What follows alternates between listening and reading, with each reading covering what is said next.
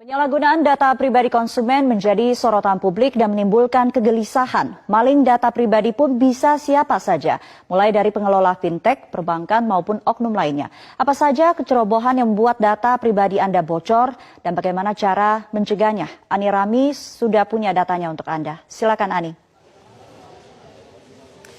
Pemirsa, kita harus berangkat dari pemahaman yang sama. Apa saja yang termasuk dalam data pribadi? Ini adalah sejumlah hal yang termasuk dalam data pribadi kita. Mulai dari nama lengkap kita, lalu nomor handphone, alamat lengkap, emergency contact yang menunjukkan bahwa orang tersebut merupakan kerabat dari kita, lalu kartu keluarga dan KTP, baik nomornya maupun fotonya atau scan-nya. Nama ibu kandung ini biasa digunakan untuk keperluan perbankan, lalu foto selfie karena bisa digunakan untuk otorisasi, apalagi foto selfie sambil memegang identitas lain seperti KTP atau KK. Berikutnya adalah nomor rekening kita dan juga slip gaji. Nah, bayangkan jika salah satu atau beberapa data ini jatuh ke tangan orang lain yang memang berniat jahat. Mereka bisa mengajukan pinjaman online misalnya dengan data kita. Uang diambil entah oleh siapa, tapi kita yang datanya masuk yang harus membayar cicilannya. Atau misalnya kita, data ini digunakan untuk dilibatkan dalam aksi terorisme atau jual beli narkoba misalnya. Amit-amit jangan sampai terjadi. Tapi data pribadi yang bocor ke pihak ketiga bahkan diperjualbelikan adalah fakta. Apa dasarnya mengatakan bahwa kebocoran ini adalah fakta? Ini yang pertama, ini terjadi pekan lalu.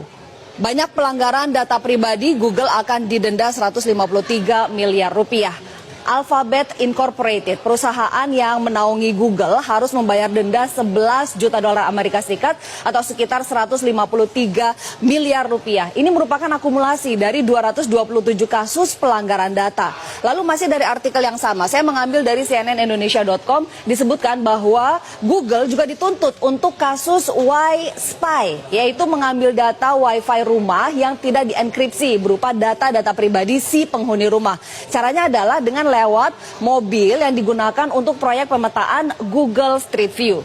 Nah, kedua, terjadi pada pertengahan Juli lalu. Ada 70 pengemudi ojek online atau ojol di Pontianak yang menerima tagihan utang.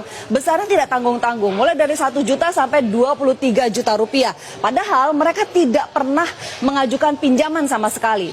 Rupanya setelah ditelusuri, ini terjadi karena mereka latah mengikuti sebuah postingan di Facebook yang mengiming-imingi uang 100 ribu rupiah hanya dengan menyerahkan foto diri dan foto KTP. Ternyata foto itu disalahgunakan oleh seorang oknum untuk mengajukan pinjaman online. Akibatnya mereka yang ditagih untuk membayar pinjaman tersebut. Nah, ini pinjaman online ini saat ini marak dengan istilah pinjol atau pinjaman online. Nah, ketiga juga faktanya adalah ada pegiat keamanan siber yang dengan mudah membongkar aplikasi pinjol atau pinjaman online yang ternyata tidak menjaga kerahasiaan data pribadi penggunanya, sehingga pihak ketiga dengan mudah bisa melihat basis data pengguna aplikasi pinjaman online tersebut. Dan keempat tadi yang sudah disebutkan oleh Sumiyang bahwa ada sebuah kelompok di Facebook namanya adalah Dream Market Official, tapi kemudian sudah berganti nama menjadi Jual Beli All Game dan sekarang diduga sudah berganti nama lagi. Ini adanya di Facebook dengan anggota lebih dari 71.000 orang. Isinya dari grup ini adalah kebanyakan jual beli data. Nah, sejumlah pengamat keamanan siber sudah membenarkan bahwa grup ini ada dan sudah dilaporkan ke Facebook dan juga Polri untuk ditindaklanjuti. Kok bisa sih data pribadi kita bocor? Ini ada sejumlah penyebabnya. Yang sedang marak adalah akibat pengelola aplikasi pinjaman online yang ternyata tidak mengelola data dengan baik dan aman sehingga mudah diretas. Ini terjadi akibat menjamurnya aplikasi fintech atau financial technology. Meski sebetulnya pinjaman online ini hanyalah sebagian kecil dari financial technology dan pinjol atau pinjaman online bukan fintech. Fintech menjamur, pinjol menjamur, tapi ternyata pengelola menggunakan aplikasi template, tidak membangun aplikasi sendiri. Sehingga kalau satu bisa diretas, maka yang lainnya tinggal menunggu waktu saja. Yang kedua penyebabnya adalah karena kecerobohan kita sendiri mengakses email, file, foto, dokumen yang tidak jelas secara sembarangan. Akibatnya data kita bisa ditambang di sana.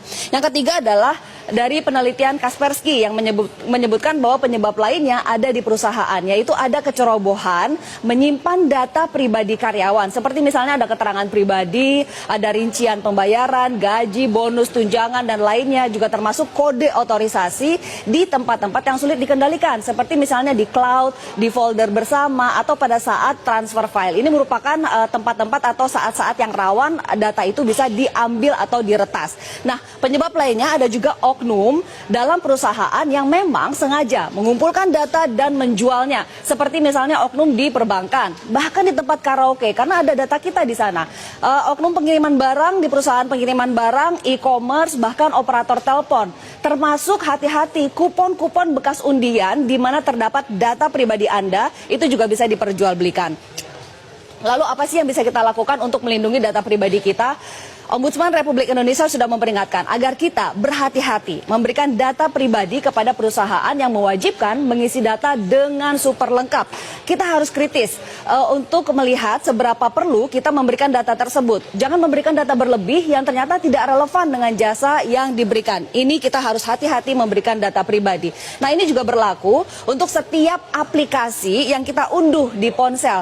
Kritislah dengan permintaan akses ponsel kita. Misalnya aplikasi musik, tapi ingin dapat akses untuk ke kontak, bahkan ke file telepon, ke file foto, file video kita, itu kan tidak ada hubungannya.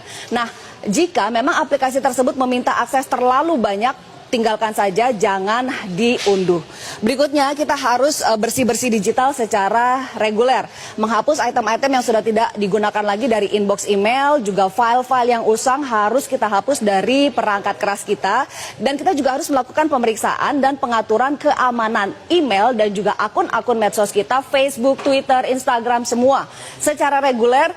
Kita gunakan password yang rumit dan ganti secara berkala. Jangan sembarangan login ke situs-situs yang tidak jelas, seperti misalnya situs kencan online dengan menggunakan alamat email yang terhubung dengan layanan perbankan. Ini sangat berbahaya. Dan yang ketiga adalah sebisa mungkin jangan unggah, scan, atau foto online. Foto selfie kita sekali lagi bisa digunakan untuk memberikan otorisasi, apalagi foto selfie sambil memegang identitas lain seperti KTP. Demikian juga dengan kartu identitas, KTP, KK, dokumen penagihan, termasuk tiket perjalanan, jangan pernah diunggah ke online.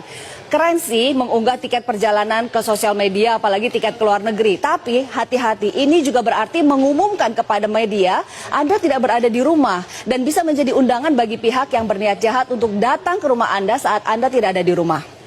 Yang kedua, yang berikutnya adalah perusahaan perlu menumbuhkan budaya peduli bisnis dan keamanan. Perlu ada edukasi bagaimana peran karyawan dan juga langkah-langkah yang perlu diambil untuk menjaga keamanan data perusahaan. Sehingga sumber kebocoran, jika memang berasal dari perusahaan, itu sudah ditutup sumbernya. Berikutnya adalah negara harus hadir. Setidaknya ada 30 loh undang-undang yang menyinggung data pribadi. Pastinya tentu saja undang-undang perbankan, ada juga undang-undang ITE, ada undang-undang administrasi kependudukan dan pencatatan sipil, undang-undang telekomunikasi, keterbukaan informasi publik, dan sebagainya. Total ada sekitar 30. Kominfo juga tengah memprakarsai untuk dibuatnya undang-undang perlindungan data pribadi. Nah, sekarang tinggal bagaimana implementasi dari puluhan undang-undang yang sudah ada ini. Adakah aturan turunannya yang bisa menjadi petunjuk teknis atau juknis dan juga juklak aparat di lapangan? Ada enggak? Yang kedua, apakah aturan-aturan ini update dengan perkembangan teknologi saat ini?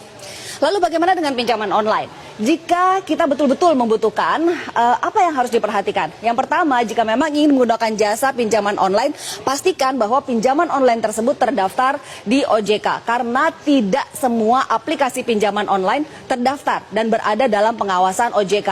Jika Anda menemukan ada pinjaman online ilegal, Anda harus proaktif dan melaporkannya ke pihak keamanan dan juga OJK. Berikutnya, harus teliti dengan syarat dan ketentuan yang ada dalam aplikasi. Biasanya memang lazim ditemui bahwa syarat dan ketentuan ini ditulis dengan font yang kecil dan kontennya banyak sekali. Dalam satu lembar itu banyak sekali yang harus dibaca. Tapi demi keamanan dan perlindungan diri, kita harus teliti membacanya. Tidak sedikit aplikasi yang bahkan mengiming-imingi bonus atau tambahan limit jika pengguna memberi akses ke berbagai data dan berbagai aplikasi yang ada di ponsel. Tujuannya apalagi kalau bukan menambang data pribadi kita dan yang ada di kontak kita. Berikutnya adalah waspada dengan permintaan akses data di ponsel. Karena tidak hanya untuk permintaan data, kita juga harus waspada untuk izin publikasi data. Penyerahan data ke pihak ketiga bisa jadi legal karena kita sudah memberikan izin untuk mempublikasikan data pribadi kita. Hati-hati. Dan pemirsa percayalah, tidak ada artinya berhati-hati, kritis, cermat, dan teliti di awal dibandingkan dengan menyesal kemudian karena data pribadi kita